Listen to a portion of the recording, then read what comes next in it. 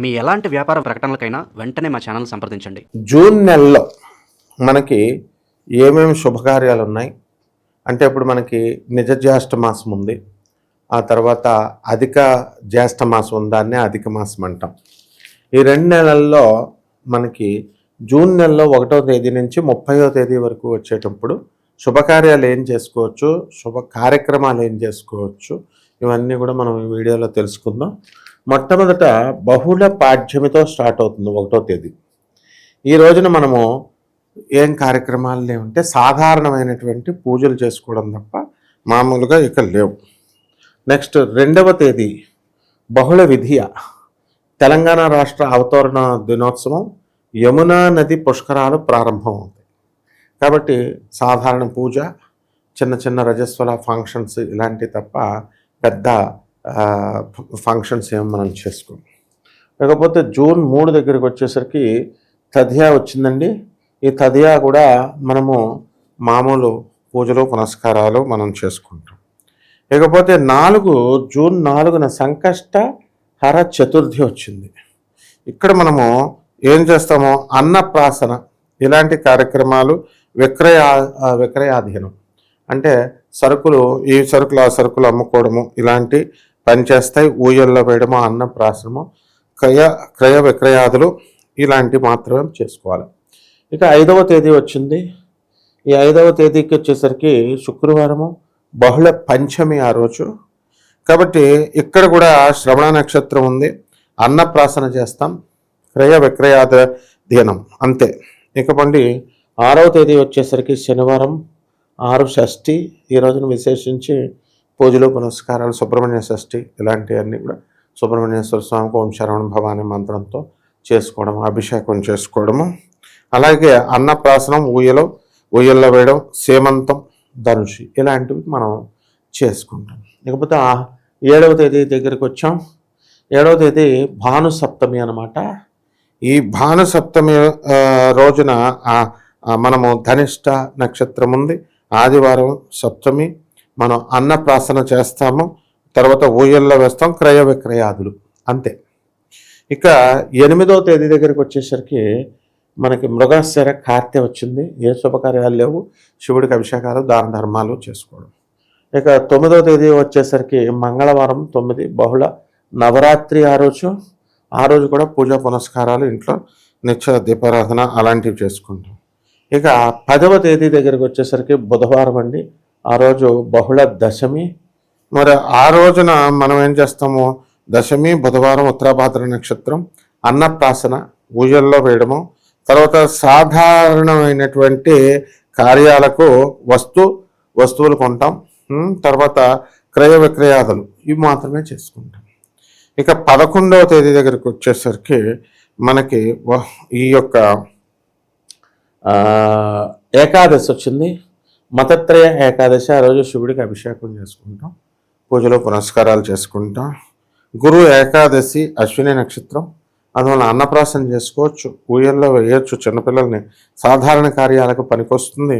అలాగే వస్తుక్రయాలు, క్రయ విక్రయాదులు మనం చేస్తాము. కర్కాటక లగ్నం ఈ విధంగా ఉంటుంది.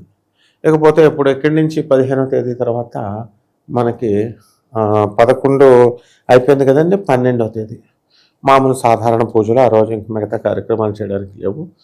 13వ తేదీ కూడా ఇంట్లో పూజలు పునస్కారాలు చేసుకోవడమే. 14వ తేదీ వచ్చేసరికి మనకి ఇంట్లో దీపారాధన, దాన ధర్మాలు ఇవి చేసుకుంటాం. 15వ తేదీ వచ్చేసరికి అమావాస్య, పితృకార్యాలు ఇవన్నీ కూడా చేసుకుంటాం. మంత్రతంత్రాలు, ఎవరైనా మంత్రాలు తీసుకుంటే వాటిలన్నిటిని కూడా మళ్ళీ పునశ్చరణ చేసుకోవాలి, మంత్ర జపాలు ఇవన్నీ కూడా చేసుకోవాలి.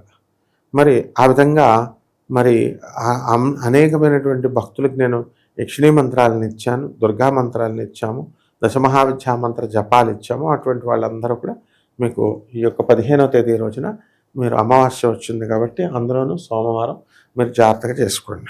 ఇక 16వ తేదీ వచ్చేసరికి నిజ జ్యేష్ఠ మాసం ఎంటర్ అయిపోయింది మనకి. 16 నుంచి మళ్ళీ జూలై 14 వరకు. అయితే మనం చెప్పుకునేది 30 జూన్ వరకే కాబట్టి మనం నిజ జ్యేష్ఠ మాసం శుక్ల పాడ్యమి 16వ తేదీన మామూలు పూజా పునస్కారాలు చేసుకోవడమే. జూన్ 16వ తేదీన మనకి ఏముందిరా అంటే చంద్ర దర్శనం ఉంటుంది. ఇక 17వ తేదీ వచ్చేసరికి శుక్ల తదియ. ఆ రోజున మనము బుధవారం శుక్ల తదియ, పునర్వసు నక్షత్రం, అన్నప్రాశనం ఉంది, డోలారోహణం, తర్వాత ఉయ్యల్లో వేసుకోవడము, ప్రతిష్ట చేసుకోవచ్చు, సాధారణ కార్యాలకు పనికొస్తుంది, వస్తు క్రయ విక్రయాదులకు పనికొస్తుంది అనమాట. ఇక 18వ తేదీ వచ్చేసరికి మనకి గురువారం శుక్ల చవితి వచ్చింది. ఈ రోజున పుష్యమి నక్షత్రం, సాధారణ కార్యాలకు పనికొస్తుంది, అలాగే వస్తు క్రయ విక్రయాదులకి కర్కాటక లగ్నం పనికొస్తుంది. అలాగే ఈ రోజంతా పనిచేస్తుంది. 19వ తేదీ దగ్గరికి వచ్చేసరికి శుక్రవారము. మరి ఈ రోజున మనము చక్కగా శుక్రవారము పంచమి ఆశ్లేష, సాధారణ కార్యాలకు పనికొస్తుంది, కర్కాటక లగ్నం. మరి అలాగే తత్కాల షష్ఠి వచ్చేసింది, మఖా నక్షత్రం, వివాహాలకు పనికొస్తుంది, గృహప్రవేశం, మకర రాశి మకర లగ్నం పనికొస్తుంది, గృహప్రవేశం ఉంది, వివాహాలకు పనికొచ్చే రోజు ఈరోజు. లేకపోతే 20వ తేదీ దగ్గరికి వచ్చేసరికి మనకి శనివారము శుక్ల షష్ఠి. మరి ఈ 20వ తేదీన సాధారణ కార్యాలకు పనికొస్తుంది. తర్వాత మనము వస్తు క్రయ విక్రయాలకు పనికొస్తుంది. 21వ తేదీ మనం చూసుకున్నట్లయితే భాను సప్తమి రోజు చౌట అమ్మవారి ఆరాధన కూడా ఉంటుంది. మరి ఆ రోజున మనం చేయాల్సింది 21వ తేదీన ఆదివారం సప్తమి పుబ్బా నక్షత్రం, సాధారణ కార్యాలకు పనికొస్తుంది, తర్వాత వస్తుక్రయ విక్రయాదులకు పనికొస్తుంది. తర్వాత ఉత్తరా నక్షత్రం వచ్చిన తర్వాత అదే రోజు వివాహానికి, గర్భాధాన ముహూర్తానికి, గృహప్రవేశానికి, ఇవన్నీ కూడా మకర లగ్నం పనికొస్తుంది. ఇక 22వ తేదీ వచ్చేసరికి ఆర్ద్ర నక్షత్రం. మరి దాంట్లో సోమవారం వచ్చింది అష్టమి, ఉత్తర అన్నప్రాశన, డోలారోహణ, సాధారణ కార్యాలకి, తర్వాత మనము ఆ గర్భాధాన ముహూర్తానికి, వస్తువు క్రయ విక్రయాదులకి, వీటిలన్నిటికి కూడా పనికొస్తుంది అనమాట. అలాగే తత్కాల నవమి రోజున హస్త నక్షత్రంలో గృహారంభం, గర్భాధానం, గృహారంభం మేష లగ్నంలో మనం చేసుకోవచ్చు. ఇకపోతే 23కి మామూలు పూజలు, 24న దశపాపాహార దశమి వచ్చింది, 24 శుక్ల దశమి. ఆ రోజున వివాహ ముహూర్తాలు ఉన్నాయి, అన్నప్రాశన ముహూర్తాలు, తర్వాత డోలారోహణ, ఉయ్యల్లో వేసుకోవచ్చు, అలాగే సాధారణ కార్యాలకు పనికొస్తుంది, వస్తుక్రయ విక్రయాదులకు పనికొస్తుంది. లేకపోతే 25వ తేదీ దగ్గరికి వచ్చేసరికి మతత్రయ ఏకాదశి, నిర్జల ఏకాదశి. ఈరోజు ఉపవాసం ఉండాలని నీళ్లు కూడా తాగకుండా. ఆ తర్వాత గురువారం ఏకాదశి, స్వాతి అన్నప్రాశన, డోలారోహణ, సాధారణ కార్యాలకి, వస్తుక్రయ విక్రయాలకి కర్కాటక లగ్నంలో పనికొస్తుంది. ఇక 26వ తేదీ వచ్చేసరికి మొహరం పండుగ. మరి ఈ యొక్క మొహరంలో మనం ఏం చేస్తామంటే ద్వాదశి, అనురాధ నక్షత్రం, వివాహాల ముహూర్తాలు ఉన్నాయి, గృహప్రవేశ ముహూర్తాలు ఉన్నాయి, గర్భాధీన ముహూర్తాలు ఉన్నాయి, గర్భాధీన దినం, ఇవన్నీ కూడా చేసుకోవచ్చు. 27 వచ్చేసరికి మనకి శనివారం వచ్చింది, శనివారం త్రయోదశి.